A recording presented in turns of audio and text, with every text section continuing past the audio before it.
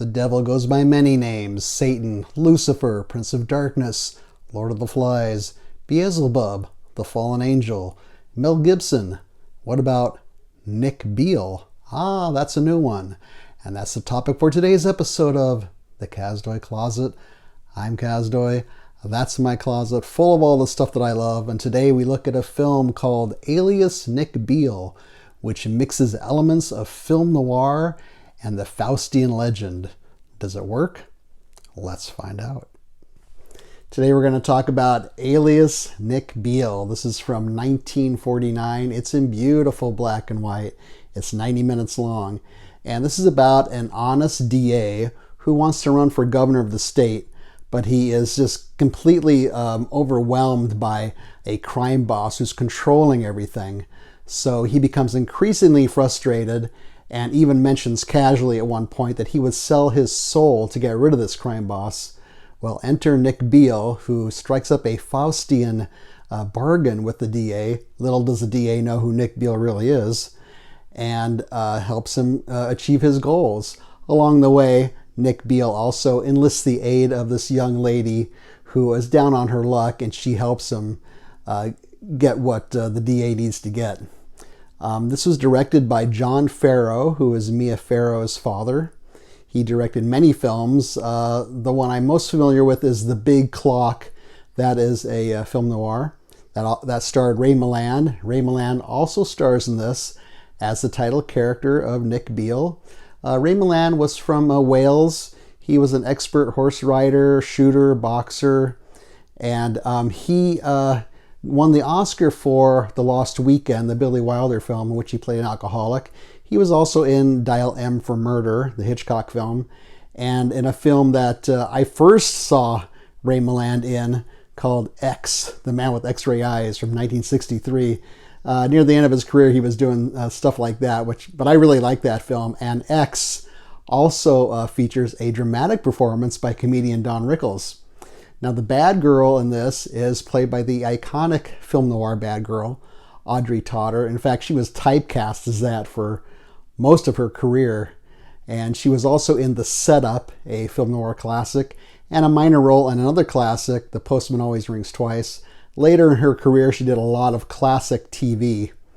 The DA is played by Thomas Mitchell, who's considered one of the greatest American character actors. And he won a Best Supporting Oscar for Stagecoach, the John Ford film. He was also in High Noon. He was in It's a Wonderful Life. He was even in Gone with the Wind. I think maybe the smartest move they made in this film was how they treated the character of Nick Beal as the devil. He sort of glides in and out of each scene. He just appears. And there's no music to tell the audience, here comes Nick Beal, something weird's going to happen. There's no like theremin or anything like that to introduce him. There's no music at all. It's just silence. And he kind of walks in and walks out of the scene. And it's much more effective that way. It's definitely a case of less is more. It makes it more eerie that way. Ray Milland is very good in this. He has the best lines. He's very manipulative. He pulls strings behind the scenes so the characters don't even know what he's doing. And he even puts words in the mouths of people. So it's very cool the way they handle it.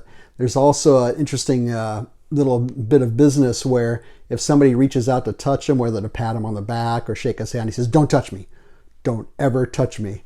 So it's a very cool performance from Ray Milland in this. Now, Mitchell as the DA, kind of odd because he's always saying how he has a conscience and he's trying to do the right thing and be honest. Yet he's always giving in to what Nick Beal is doing behind the scenes. Now, he doesn't know that Nick Beal is the devil, but he's a smart guy. You would think he would figure out something's up with that. In fact, I think the girl, played by Audrey Totter, is more savvy as far as who Nick Beal really is. And she knows she's doing the wrong thing, but she's really desperate. So she's probably the most sympathetic character in this film. In fact, nobody realizes that he's really the devil until 60 minutes into the film. And it's only a 90-minute film. And it's a reverend who figures out who Nick Beal really is. There are several film noir touches in this. a theme of corruption underlying everything. Characters that are doing the wrong thing and they kind of know it, but they keep doing it anyways. We have, you know, the girl who's down on her luck. In fact, early on when she's introduced, she gets in a fight with another girl in a bar, and all the men gather around and yell, "Cat fight, cat fight." And she even gets slapped at one point. There are also scenes on the pier where people seem to disappear, and it's very atmospheric and very foggy and very hazy. The picture on the Blu-ray looked like there was like a gauze over the lens or something. I know it's supposed to be foggy. You can see the fog moving in and out, but it looked like there was some sort of filter over the lens. I don't know if it was just my TV or if it was supposed to look like that, but I found that a little bit distracting. But aside from that, I think they really did a great job mixing film noir and these Faustian elements of The Devil's Bargain together. So this is a Kino disc. It features a trailer and then a commentary by Eddie Muller, who I've mentioned before. He's known as the Czar of Noir. He is the head of the Film Noir Foundation. He does the Film Noir Festival every year in several cities. I didn't listen to the commentary, but he's always interesting to listen to. He has a series on TCM too called Noir Alley that you should check out. Now, where can you see Alias Nick Beal? Well, I think it is on YouTube for free.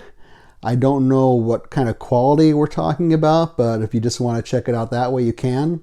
I haven't seen it on any streaming services. That can always change. You can always, of course, buy it. It's about $13.99 for the Blu-ray, $9.99 for the DVD. I haven't seen it available to rent, but these things change. So anyways, if you're looking for something really different, and it's just very good, Alias Nick Beal. Hope you like this video. Feel free to leave a comment down here. Leave a thumbs up. Don't leave a thumbs down. Subscribe would be great. Share this with your friends and neighbors. Otherwise, I thank you for watching, and I will see you next time.